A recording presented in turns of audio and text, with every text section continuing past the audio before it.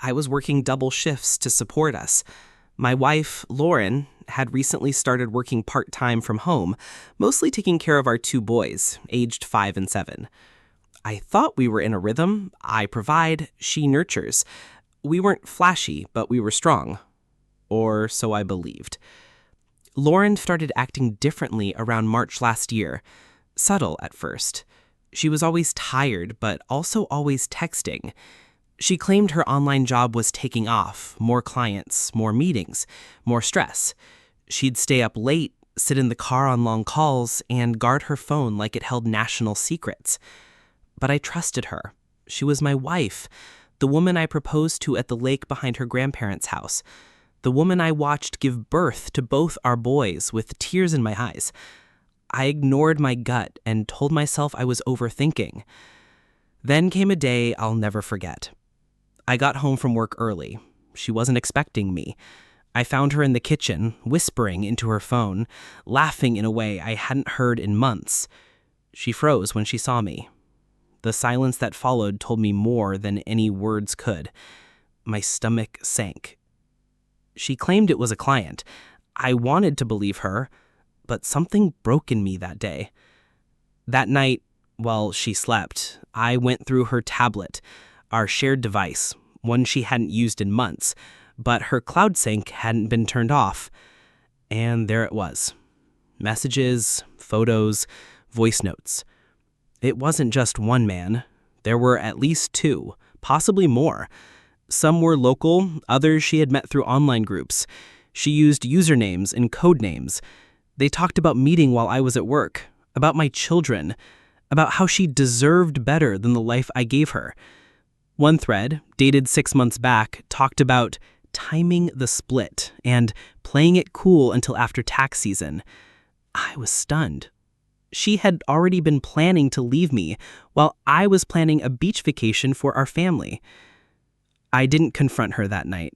I couldn't. I felt paralyzed. I sat in my car for an hour the next morning before work, trying to breathe.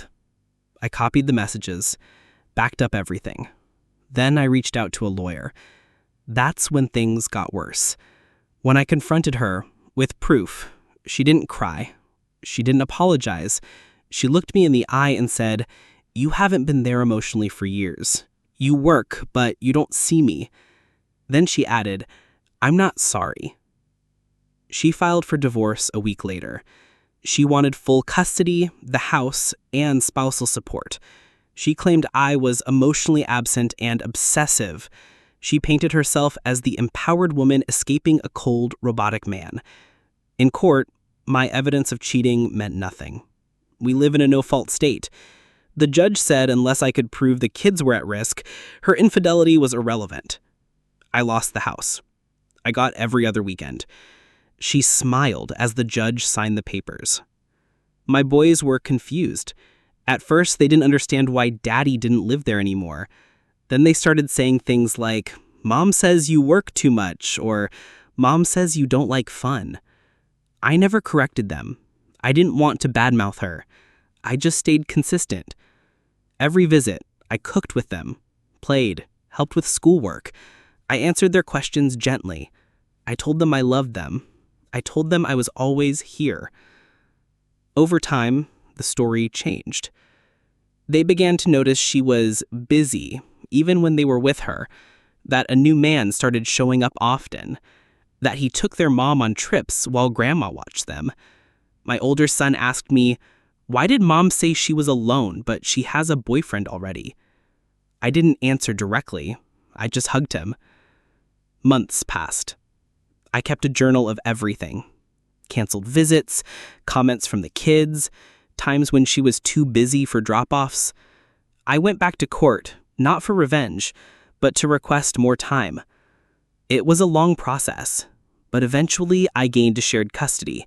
We split holidays now. I even got to take them on that beach trip I had planned before it all exploded. The boys now ask to stay with me longer. My youngest called me his favorite grown-up last week. My heart almost burst. I'm not bitter anymore.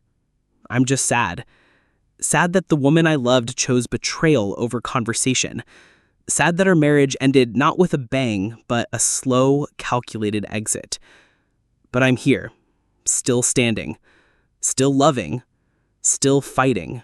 For my boys, for my peace, and for the life I've started to rebuild.